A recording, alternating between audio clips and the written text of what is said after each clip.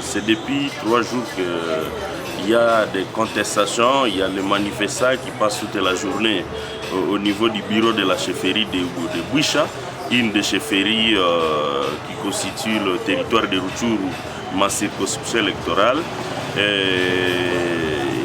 qui accuse les Moami de la mégestion de la chefferie, qui accuse les Moami du détournement et qui accuse les Moami du non-respect des aspects coutumiers. Et donc il y a beaucoup d'interdits que le Moami, selon ces manifestants, ne sait vraiment pas observer. Et cela a déclenché un mouvement de grève. Il y a des manifestants qui sont là et nous, comme élus de ce territoire-là, nous venions d'échanger avec son Excellence Monsieur le Gouverneur pour voir dans quelle mesure cette question-là peut être gérée pour que la chefferie de Bouicha ne puisse pas plonger dans un gouffre infernal de l'insécurité, parce que ça c'est un élément aussi qui peut laisser à ce que la chefferie soit en insécurité. Et qu'est-ce que pratiquement vous avez suggéré à l'autorité provinciale pour juguler cette situation? Oui, nous avons proposé à ce qu'il y ait une commission qui pourra descendre sur les lieux pour aller enquêter sur les griefs qu'on a mis à la charge du Moami.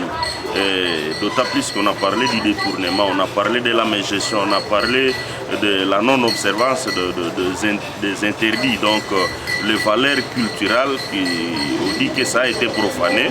Et nous disons quand même que c'est grave, mais comme on ne sait pas se réveiller, changer les Moami comme ça, nous avons suggéré à son Excellence Monsieur le Gouverneur de diligenter des enquêtes à partir d'une commission qui ira peut-être rencontrer le gardien des coutumes, la population, la communauté Hutu, les leaders de la contrée pour voir si réellement le Moami ne peut pas être remis dans ce droit ou ne peut pas être réhabilité, parce que c'est depuis 3 jours que ce bureau a été fermé, il ne sait plus accéder à ce bureau pour travailler.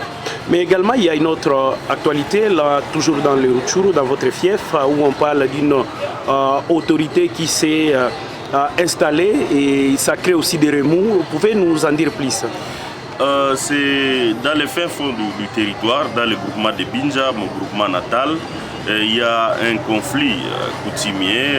Maintenant, il y a un intérimaire qui n'a pas accepté de céder la clé au chef de groupement qu'on reconnaît comme ayant droit, qui devait vraiment gérer l'entité.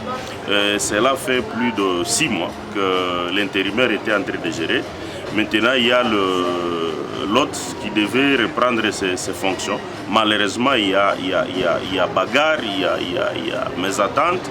Et cette situation plonge aussi le groupement dans une situation de sécurité. Et nous avons essayé d'échanger avec le gouverneur et nous avons demandé à son Excellence Monsieur le Gouverneur de voir dans quelle mesure il peut mettre fin à ces conflits-là pour que quand même la population travaille à toute quiétude. Et nous avons fait des échanges et je pense qu'à partir à la fin de ces échanges, il pourra aussi prendre des mesures ou une décision qui permettra à ce que la population ne puisse toujours pas observer de mésentente ou de conflit entre les deux, donc l'intérimaire et celui qui se dit être ayant droit, donc qui doit gérer le groupe. Et peut-être pour finir, en attendant l'implication personnelle de l'autorité provinciale, quel est le message, vous, en tant que notable et élu de là, quel est le message que vous lancez à la population de Rutshuru? Moi, je demanderai à la population d'observer, de ne pas s'impliquer dans ces conflits du pouvoir coutumier.